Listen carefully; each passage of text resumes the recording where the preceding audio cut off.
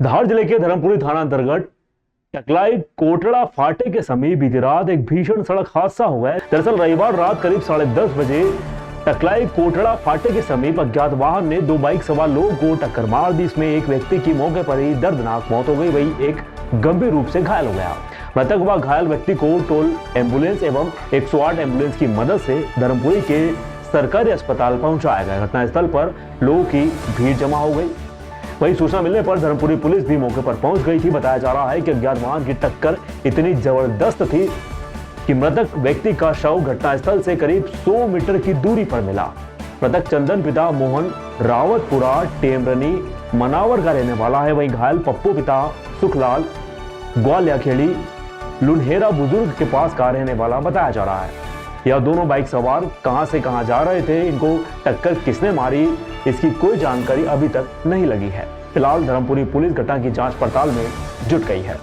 मामला एक पेशेंट को एम्बुलेंस के द्वारा सीएचसी धर्मपुरी लाया गया था। उसकी कंडीशन ठीक नहीं है, इस वजह से उसे रेफर कर रहे हैं। प्राथमिक उपचार हमने दे दिया है और 108 बुलाकर उसे धार की तरफ रेफर कर रहे हैं। अभी तक तो एक पेशेंट मृत्यु अवस्था में आ गया है और एक पेशेंट क्रिटिकल कंडीशन में है। हमारे पास 2 ही पेशेंट आए हुए हैं। बाकी रोड ट्रैफिक एक्सीडेंट का मामला है, अधिक जानकारी हमारे पास अभी अवेलेबल नहीं है। यात्रियों की सुविधाओं के लिए उज्जैन जिला प्रशासन व पुलिस प्रशासन ने सार्थक पहल की है। इसमें ऑटो रिक्शा व ई रिक्शा चालकों द्वारा यात्रियों से वाजिब किराया ही लिया जाए, इसके लिए 3 प्रीपेड बूथ शुरू किए गए हैं।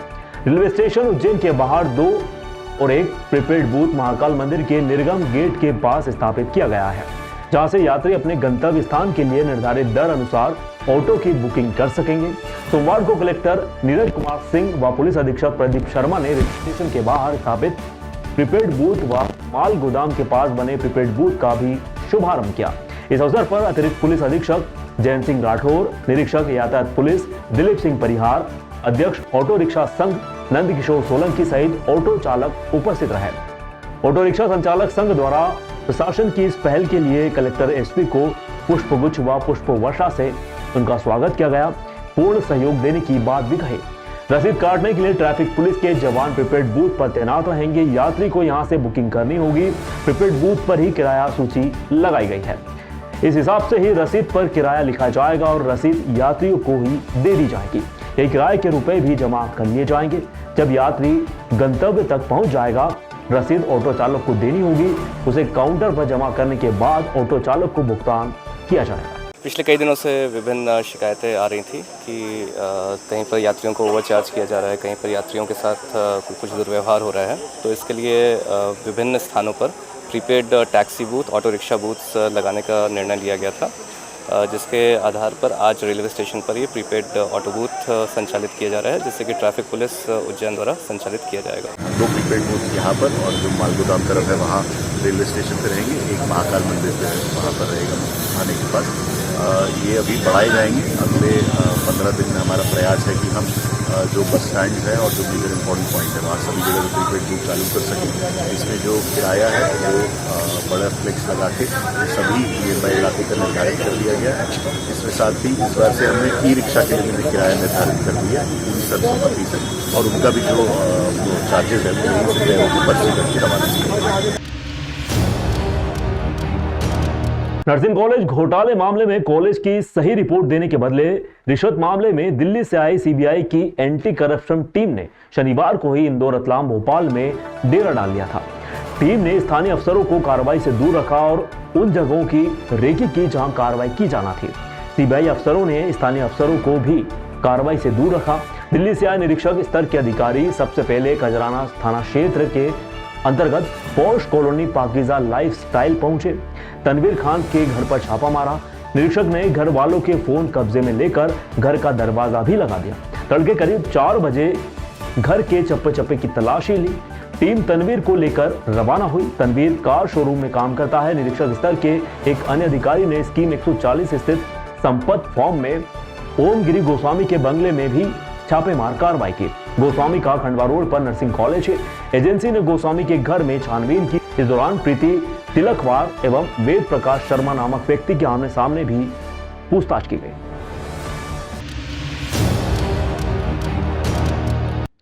सोशल मीडिया के लिए रील बनाने लगाई गई छलांग मौत की छलांग साबित हुई। जबलपुर के धनवंतरी नगर इलाके का रहने वाला एक युवक अपने दोस्तों के साथ नर्मदा नदी में डुबकी लगाने के लिए गया था।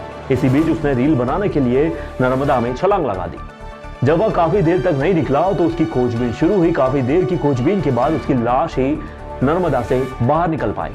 दरअसल धनवंतरी नगर के शांति नगर इलाके में रहने वाला 23 साल का अंकुर गोस्वामी अपने दोस्तों के साथ नर्मदा नदी के तिलवारा घाट पर गया हुआ था। इस बीच सोशल मीडिया के लिए रील बनाने के लिए उसने छलांग लगा दी। मौत की छलांग लगाने के पहले का युवक का वीडियो भी सामने आया है। इसमें वह तिलवारा घाट के पुराने पुल से नर्मदा में छलांग लगाता हुआ नजर आ रहा है।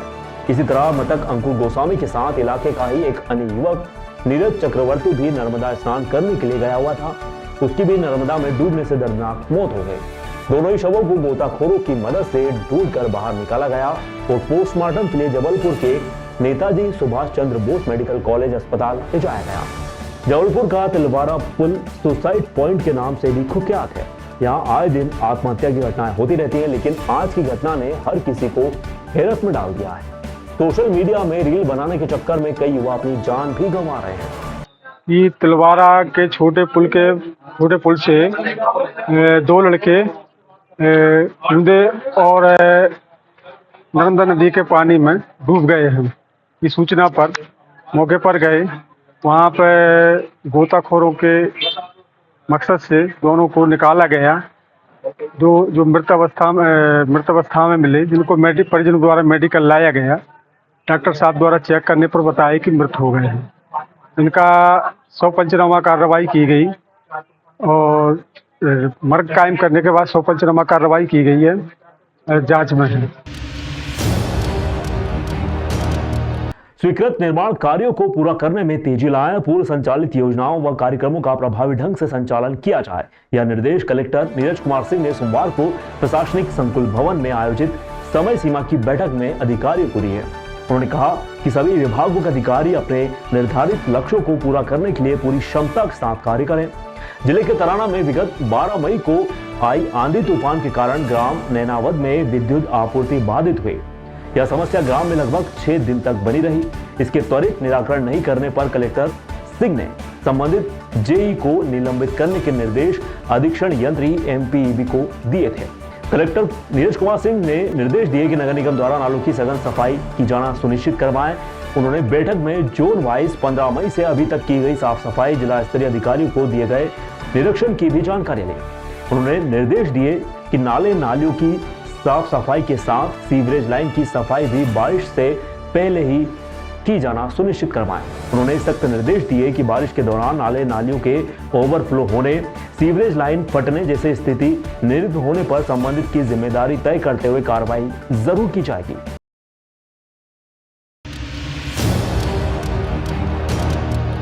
महापौर पुष्पमित्र भार्गव ने विधानसभा 1 के वार्ड क्रमांक 13 का दौरा कर वार्ड की स्थिति का जायजा लिया। इस दौरान उन्होंने क्षेत्र की सफाई व्यवस्था के साथ क्षेत्र के गार्डन के रखरखाव व सुंदरता को लेकर भी दिशा निर्देश दिए। साथ ही रामबली नगर, संगम नगर सहित आसपास के क्षेत्रों में पानी की व्यवस्था को लेकर क्षेत्र में बने पानी की टंकी का निरीक्षण कर पानी वितरण व्यवस्था को लेकर भी अधिकारी को निर्देशित किया। दौरे में महापौर ने संजीवनी क्लिनिक के क्षेत्रीय भवन व स्थानीय निर्माणाधीन कार्यों का भी निरीक्षण कर तय समय सीमा में कार्य पूरा करने के निर्देश दिए। आज मैंने वार्ड 13 में वाटर रिचार्ज के जो हमारे पिट शाफ्ट बन रहे हैं उसको देखकर जिस तरीके का वो काम हो रहा है वो शहर में भूमिगत पानी को बढ़ाने का काम करेगा। दूसरा, योगा शेड्स जो हमने बनाए थे उसका भी दौरा किया। संजीवनी क्लिनिक हमारा बन के तैयार हो गया है और वहाँ शीघ्र लोगों को सुविधाएं मिलने लगे, इस दृष्टि से माननीय उप मुख्यमंत्री जी से बात भी की है। और संजीवनी क्लिनिक से प्राथमिक उपचार लोगों का हो वो भी मैंने देखा है। पानी की टंकी पर पानी की दृष्टि से भी दौरा किया है कि पूरी भरा रही कि नहीं भरा रही, क्या समस्या आ रही। तो एक समग्र वार्ड का दौरा था और मुझे लगता है कि गार्डन की दृष्टि से हमने 4R गार्डन को फिर से रिवाइव करने के भी निर्देश दिए हैं। कलेक्टर नीरज कुमार सिंह के निर्देशों का पालन करते हुए MP ट्रांसको ने उज्जैन स्थित अपनी 132 kV extra high tension line के नजदीक निर्माण को हटवाकर मानव जीवन को सुरक्षित बनाने की अनुपम पहल की है। एमपी ट्रांसको के मुख्य अभियंता एसके गायकवाड़ ने बताया कि 132 केवी उज्जैन रातड़िया लाइन के लोकेशन क्रमांक 11-12 के मध्य वैकुंठ धाम कॉलोनी उज्जैन के एक निवासी द्वारा तारों के समांतर 4 मंजिला मकान का निर्माण किया गया था।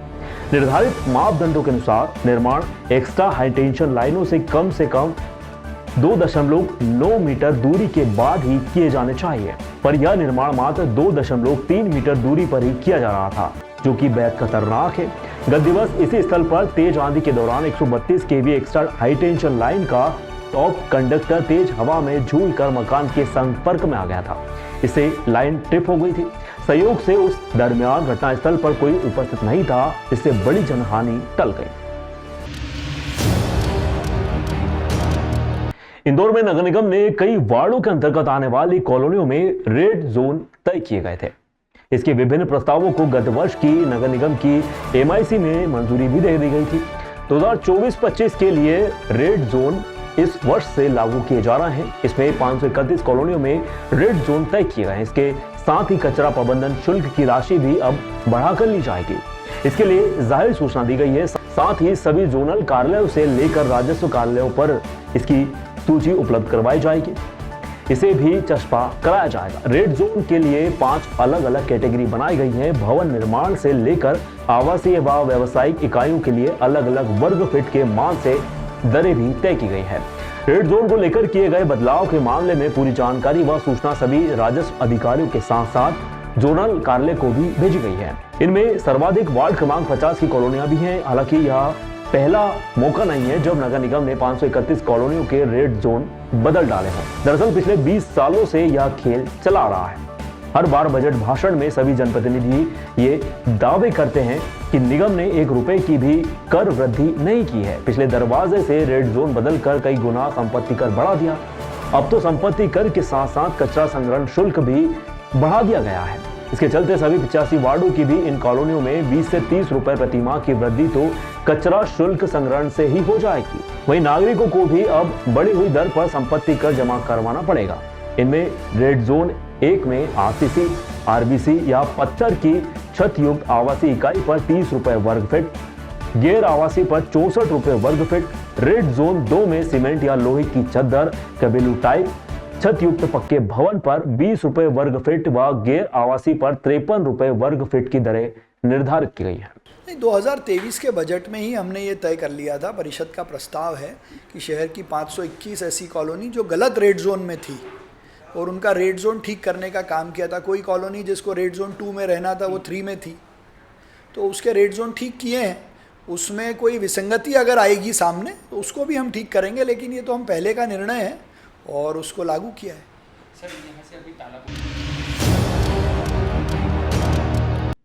20 मई सोमवार को साल का पहला सोम प्रदोष व्रत है। हर माह के कृष्ण व शुक्ल पक्ष की त्रयोदशी तिथि को प्रदोष व्रत किया जाता है। सोमवार के दिन प्रदोष व्रत का होना काफी अच्छा माना जाता है। सोमवार के दिन पड़ने की वजह से इसे सोम प्रदोष व्रत के नाम से भी जाना जाता है। मान्यता है कि सोम प्रदोष के दिन भगवान शिव व माता पार्वती के पूरे विधि विधान से पूजा करने व व्रत रखने से हर परेशानी से छुटकारा मिलता है। घर में सुख समृद्धि बनी रहती है। प्रदोष व्रत भगवान शिव को समर्पित है और इस साल 20 मई को प्रदोष व्रत सोमवार के दिन आया है, जो कि भगवान शिव का दिन भी कहलाता है। ऐसे में इस व्रत का महत्व दुगना हो जाता है। माना जाता है कि इस दिन भगवान शिव की पूजा करना, व्रत रखना मन की हर इच्छा पूरी करने जैसा है। शिव कृपा से जीवन में सुख समृद्धि, धन संपदा, संतान आदि की प्राप्ति होती है। पंचांग के अनुसार वैशाख माह के शुक्ल पक्ष की त्रयोदशी तिथि की शुरुआत 20 मई दोपहर 3:58 पर होगी। इसका समापन 21 मई को शाम 5:39 पर होगा। ऐसे में सोम प्रदोष व्रत 20 मई को किया जाएगा। सोम प्रदोष पर इंदौर के शिवालयों में अल सुबह से ही भीड़ लगना शुरू हो गई थी। श्रद्धालु ने दूध, जल, बिल्वपत्र अर्पित कर भोलेनाथ से सुख व समृद्धि की कामना की। वैशाख मास के शुक्ल पक्ष में जो आज ये सोम प्रदोष पड़ी, इसका बहुत महत्व होता है, क्योंकि भगवान सोमवार के दिन हम अगर पूजा करते हैं और सोम प्रदोष आती है तो इसका बहुत महत्व रहता है, जिससे कि भक्तों की अभिलाषाएं पूरी होती है। और जब भी किसी भी प्रकार से हम व्रत उपवास वगैरह करते हैं तो उसका सोमवार के दिन अगर प्रदोष रहती है, जिससे कि हमारी सभी मनोकामनाएं पूर्ण होती है और सोमवार के दिन ही अगर दूध की धारा से अभिषेक होता है तो प्रदोष काल में, प्रदोष के समय में अगर अभिषेक करेंगे तो हमें उसका बहुत महत्व है, जिससे कि हमें उसका पुण्य फल प्राप्त होता है। देश विदेश गांव शहर सब पे नजर, सबकी खबर, नया रूप है नए है रंग, सबको समेटे अपने संग। आपका अपना शहर का सपना दैनिक अवंतिका, दैनिक अवंतिका, दैनिक अवंतिका। राजनीति, फिल्मी बातें, सब कुछ ही हम इसमें पाते। घर, होटल, ऑफिस या दफ्तर, क्लर्क, प्यून या हो फिर अफसर, सबका चहेता सबका प्यारा दैनिक अवंतिका।